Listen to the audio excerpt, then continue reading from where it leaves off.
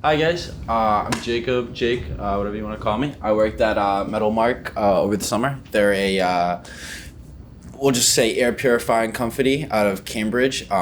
Their goal essentially, on the next slide I'll get to. So basically this is the team.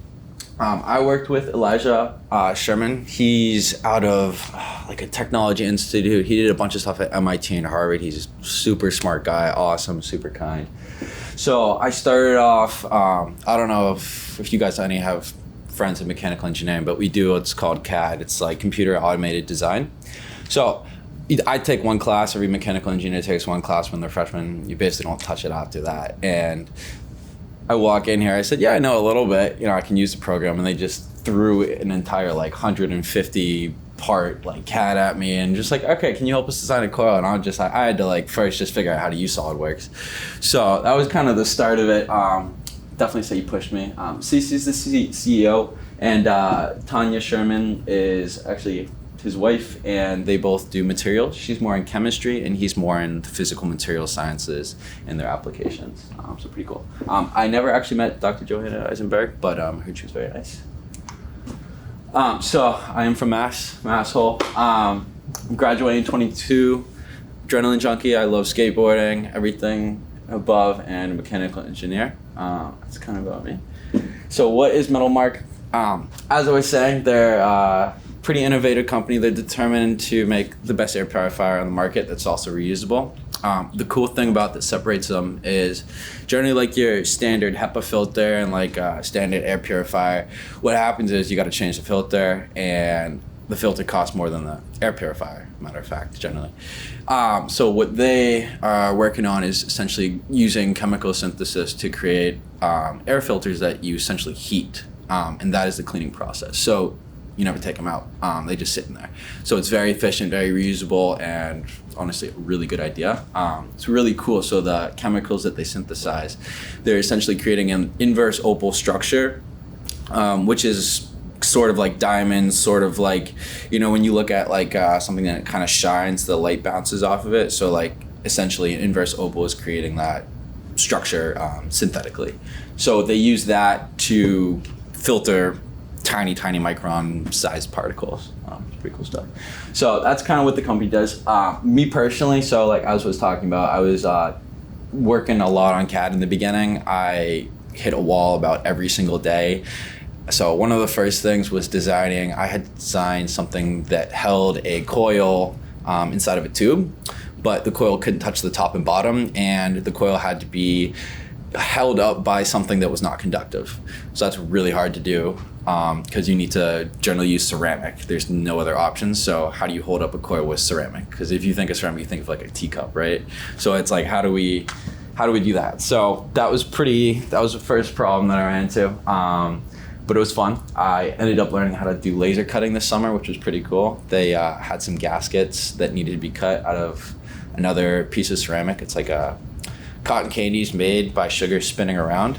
So the ceramic fiber paper is essentially done the same way, but it's like 20,000 degrees. So that was also really cool stuff. And then I think the coolest thing for me was I had to basically figure out how to find the SAC SAC value. So it's a sound absorption coefficient.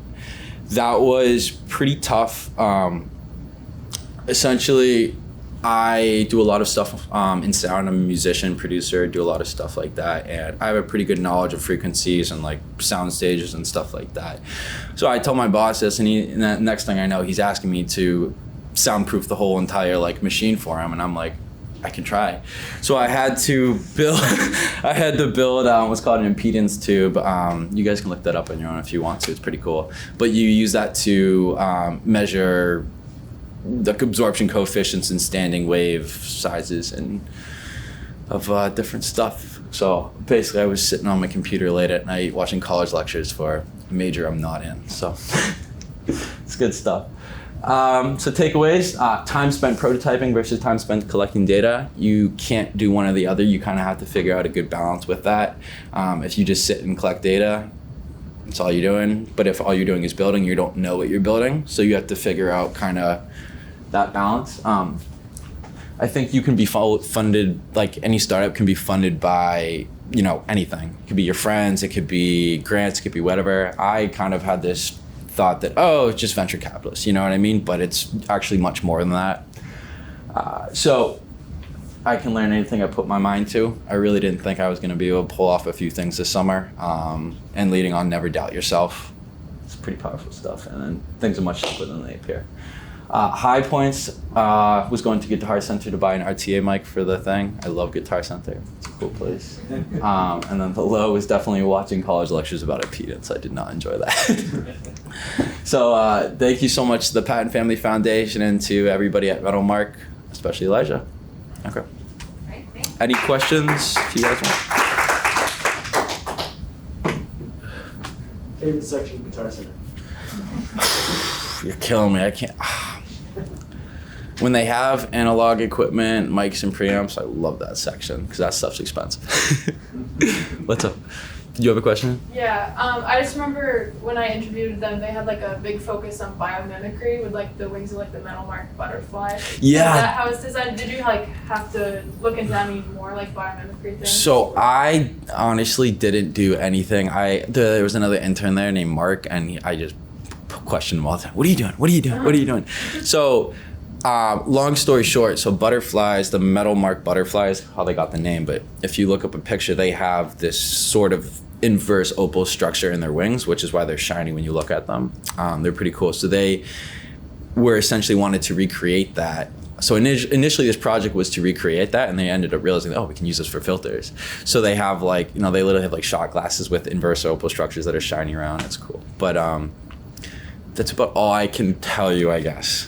Did that answer your question at all? Yeah. Okay, cool. Anything else, guys? Given what you worked on this summer, how was it influenced what you're thinking about doing in your senior year in terms of your coursework or projects? Well, I now have a senior project. I'm making another impedance tube, so that's out the window. And I know how to do it, so. I think senior year is going to be pretty good. Pretty easy flowing. I would say, honestly, as I'm doing a lot of stuff in music right now. I'm working on getting my own studio space and just getting my music out there and everything. So I think this internship has allowed me to really find my focus and desire in life, but also know that I still love this stuff and I can have it as a really good side job to support my music before. That's all right. Thank you, guys.